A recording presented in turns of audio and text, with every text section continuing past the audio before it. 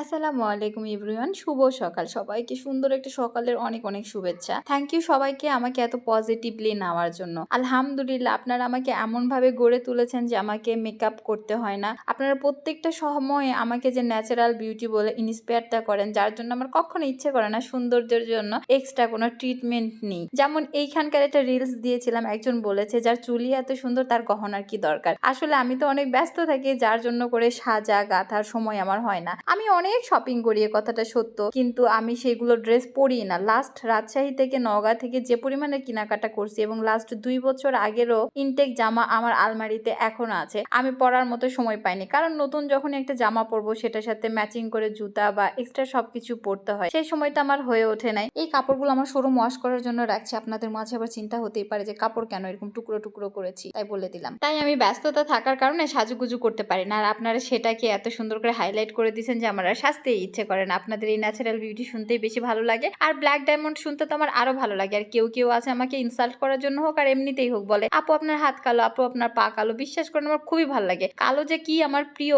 আমি এত খুশি হই সেটাতে যে আমি একটা কালো মানুষ কি করতেছি। আপনারা দেখেন সাদা রং দিয়ে আমি কি করব। এই যে শোরুমে আসছি, সকালবেলা মিস্ত্রি আমাকে ফোন দিচ্ছে, আমি না আসা পর্যন্ত তারা রঙের কাজ শুরু করতে পারছে না, কারণ আমার গাইডলাইনটা তাদের জন্য দরকার। বাসার সম্পূর্ণ কাজ ছেড়ে দরদর করে একটু গোসল করে জাস্ট একটা জামা যেটাতে সব থেকে কমফোর্ট লাগবে এরকম একটা সুতি জামা পরে নিচে চলে আসলাম এবং মিস্ত্রিদের সাথে গাইডলাইন দিলাম, সেগুলো কাজ শেষ করলাম। এছাড়াও আমার অনলাইনে যেগুলো ড্রেস ছিল সেগুলো পাঠাওয়ের কাছে পাঠিয়ে দিলাম, শোরুমের যেগুলো হিসাব নিকাশ ছিল সেগুলো পাঠিয়ে দিলাম, শোরুমের অনেকগুলো প্রোডাক্ট নিলাম। এর মাঝেই দুপুর হয়ে গেল, খুবই ক্ষুধা লাগছে। আমার মা অনেক দিন ধরে বলছে আমি নাকি মায়ের বাড়ি যাই না, তাদের সাথে দেখা করি না, তাদেরকে নাকি ভুলে গেছি। তাই ভাবলাম এই সুযোগে একটু মায়ের বাড়ি যেয়েও ঘুরে আসি। এখন সময় বিকেল 4:30, এখনো পর্যন্ত সকাল থেকে এক ফোঁটা পানি খাওয়ারও সৌভাগ্য হয়নি। এদিকে বসন্তের জিলাপি আমার বাসার সবার খুবই পছন্দ, তাই আমি ভাবলাম মামুনির জন্য একটু গরম গরম জিলাপি নিয়ে যাই। আর আমারও কিন্তু বাসন্তের জিলাপি খুবই পছন্দ। যারা নওগাঁবাসী তারা কিন্তু এই জিলাপির উপরে ক্র্যাশ। জিলাপিটা নিয়ে মায়ের বাড়ি যাচ্ছি, জানি যাওয়ার সাথে সাথে এক গাদা কথা শুনতে হবে। ছোট্ট কথা আমার মনের, সেটা আমি শেয়ার করব। আমরা কিন্তু অনেক সময় রিক্সা দাঁড় করায় এটা ওটা কিনি, পারতপক্ষে চেষ্টা করব সেই রিক্সাওয়ালাদের জন্য একটু না বা তাদেরকে দেওয়া। তাদেরও ইচ্ছে করে খাইতে,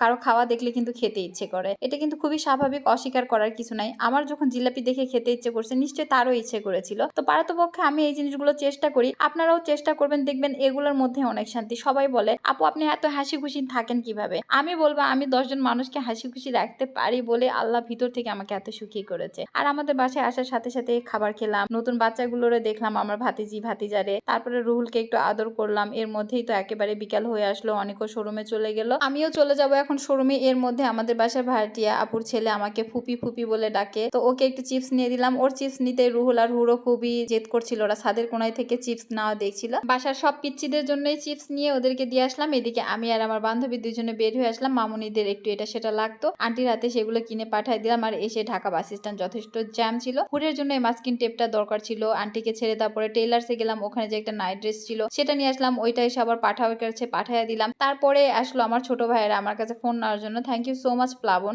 এতটা সাপোর্ট করার জন্য। এখন পর্যন্ত প্লাবন প্রায় আমার শোরুম থেকে 4-5টা ফোন নিয়ে নিছে। ওর কাছে যেই ছোট ভাই ব্রাদার্সই ফোন নিক আমার কাছে নিয়ে চলে আসে। আর আজকে ওনারা যে ফোনটা নিল সেটা হলো Oppo Reno 12। ফোনটা কিন্তু ফ্যান্টাস্টিক। এর আগে ফোনের একটা অ্যাডভার্টাইজ আমি করেছিলাম, মানে এখনকার সময়ের দুর্দান্ত একটা ফোন Oppo Reno 12। এটার সাথে নতুন নতুন কিছু অফার আসছে, 2 বছরের ওয়ারেন্টি। আদার্স সব ফোনগুলোতে 1 বছরের ওয়ারেন্টি থাকে, কিন্তু এই ফোনে আপনি পাচ্ছেন 2 বছরের ওয়ারেন্টি। এই ফোনটা কিন্তু মিনিমাম 3 বছর ইউজ করলেও চার্জের ব্যাকআপে কোনো রকমই ভোগীযোগী হবে না, যা হেলথ ব্যাটারির সেটাই থাকবে। আবার 3 বছরের টাচ স্মুথ থাকবে, কোনো রকম ল্যাগ বা হ্যাক করবে না। আমি এটা নিয়ে একটা অ্যাডভার্টাইজ করছি, চাইলে আপনারা সেটা দেখতে পারেন। এবং এখন কিনলে এটার সাথে পাচ্ছেন আমব্রেলা। এই তীব্র গরমে এবং হুট করে আসা বৃষ্টিতে ছাতার কিন্তু দরকার হয়েই থাকে। আর পাচ্ছেন অপর স্পেশালি একটা মেম্বারশিপের কার্ড, যেটা পরবর্তীতে আপনার ফোন কেনাতে হেল্প করবে। এর মাঝে আমি আবারও রং মিস্ত্রি ভাইয়াদের সাথে কাজগুলো শেষ করে নিলাম, অনেক আর প্রান্তর সাথে একটু হিসাব নিকাশ করে ওদেরকে বাই বলে দিলাম, আর আপনাদেরকেও বাই বলে দিচ্ছি। আল্লাহ হাফেজ।